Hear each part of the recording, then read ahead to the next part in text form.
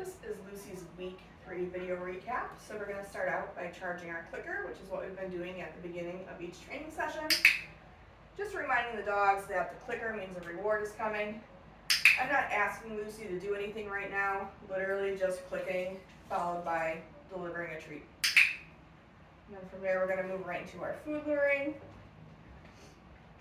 So in week 3, we're getting the dogs to move a little bit further with this food lure before we mark and reward them.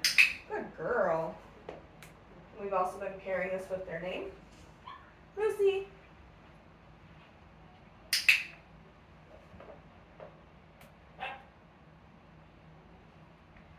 Lucy. Good girl.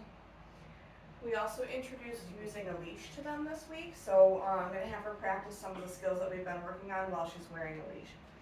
So to get your leash on your puppy with minimal fuss, I would get yourself set up with your leash first so that you have the clip in your hand. You're going to grab some food with the other hand. You're going to show the dog the food while you find the ring on the collar. And then once you've found that ring on the collar, you're going to drop the food on the floor while you hook up their leash. Good girl. Okay, so we're going to do some food luring while she's on leash now. Lucy. Yes. I need to go potty. Lucy. Yes. Again, having her at a little more distance. Lucy. Yes. We've also been working on our hand targets, our sits and our downs while she is on leash.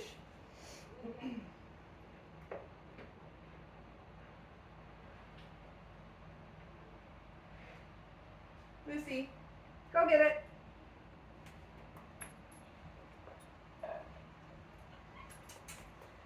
Touch. Good girl.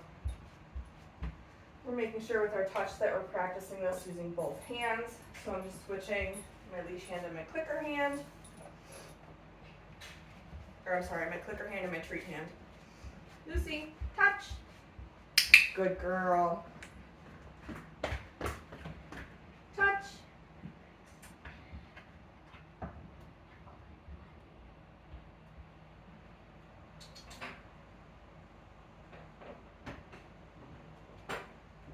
Lucy, touch. Good girl.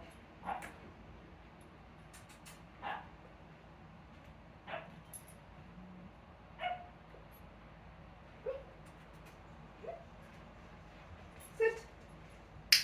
Good girl. Okay. So we've been working on their offered sits and their lured and offered downs. So since she's already in a down, I am going to toss a reset cookie to get her up. Then when I go to have her do a sit, I'm not going to use a food lure. Still going to mark and reward her. For the down, I may use a food lure for the first rep or two, but I want to see if we can get her to do a down without that food lure. Go get it. Lucy, sit. Good girl. Down. Good girl. Go get it.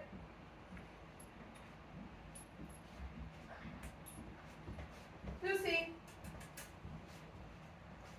What are you doing, girlie? Go get it.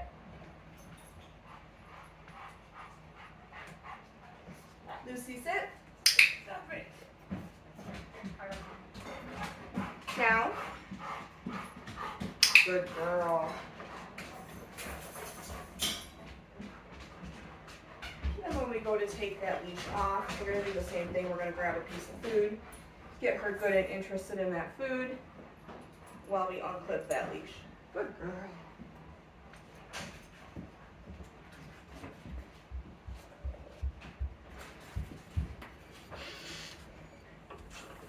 I am going to go through and practice those same exercises without her on a leash.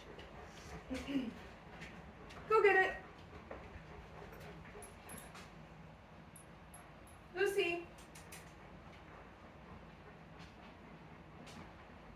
Go get it. Lucy, sit. Good girl. Down. What a good girl.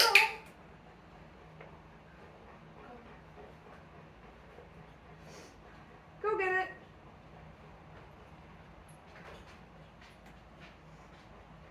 Lucy, touch.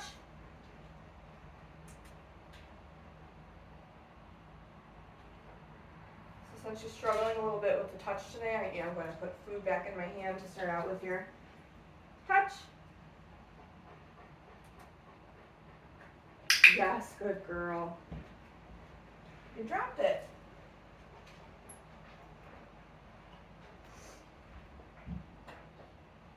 Touch.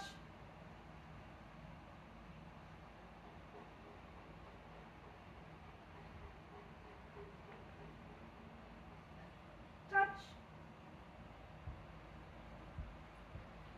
That was the laziest touch, girlie. Let's try one more. Go get it. Lucy, touch. Good girl. There you go. Okay, I think we're going to move right into our mat since she keeps laying down anyways here.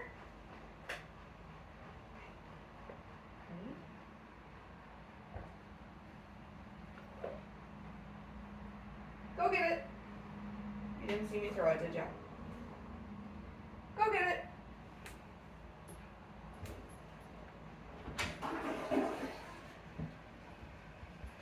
Lucy, find your mat. Good girl. So in week 3 with the mat, our goal is that the dogs settle into a down on the mat and that we are able to add some distance, meaning we can move away from them a couple steps and they remain in down on the mat. So what I'm doing is I am going to, whoops, get her back and moves down here first. Come on. There we go, that was my fault. I tossed the tree and it bounced. So while she's in the down on the mat, I'm just taking a couple steps away. And I'm making sure I go in different directions. I'm not always going in that exact same direction away from her. It's going to help to generalize this behavior. We don't want her to think that I'm only going to move away from her in one specific direction. So after we've done a couple reps of that, I'm going to release her. Go get it.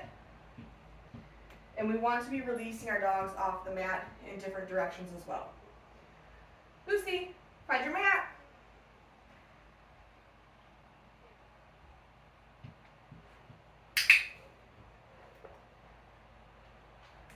So same thing, just moving in different directions, rewarding her for staying in position.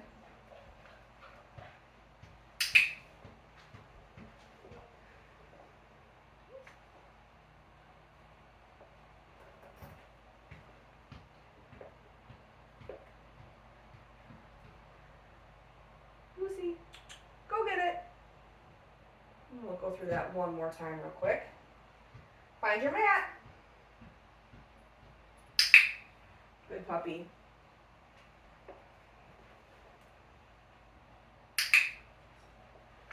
Good girl. Go get it. Okay. This week for our crate games, we are working on adding a little distance, meaning we're able to walk away from the crate while the dog remains calm once they're loaded inside the kennel. Okay. Lucy, kennel.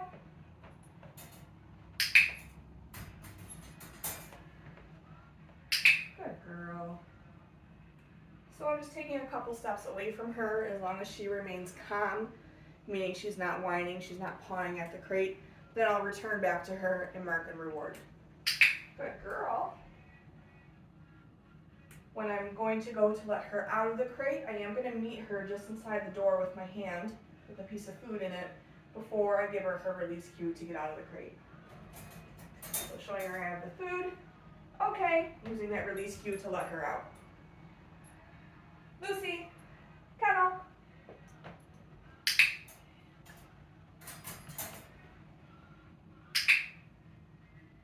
Whoops. So again, taking a few steps away. You want to do this in different directions as well. What a good puppy.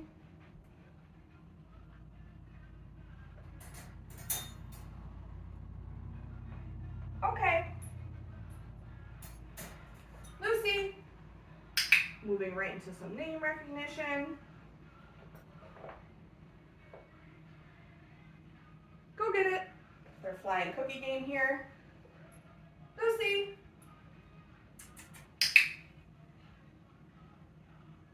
Go get it. So I'm releasing her in different directions and I'm moving as well. Lucy.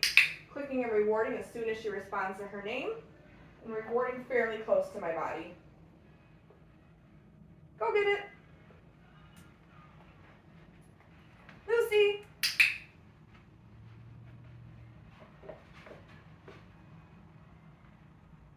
Go get it. Lucy. Good puppy. Good girl. Very good. In week 3, we introduced grooming tools that make sound. So today I'm using a Dremel. This is typically quieter than a pair of nail clippers, so I am going to have it just at my side while we do this. If you're using a pair of nail clippers that's quite a bit louder, you do want to start with it behind your back just to kind of muffle the sound a little bit. It can sometimes be a bit startling to these puppies, so we just kind of want to take it slow with them. So for this, I'm going to grab a couple pieces of food, and then I'm just going to put these pieces of food down on the ground one at a time while the Dremel is on. Just getting her used to hearing that sound. We want it to be a nice neutral thing for our dog. When she's done, I'm just going to shut it off, toss a reset cookie, and then we'll run through that one more time here. Go get it.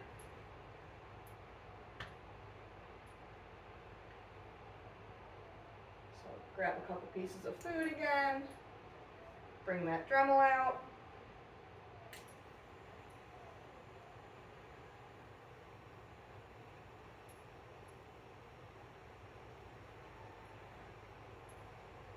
Good girl. And you can, if you want to, put this on the floor next to them when it's not on. Let them investigate it, sniff it.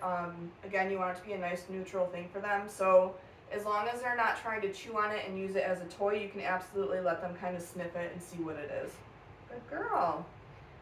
This is it for Lucy's week 3 video recap.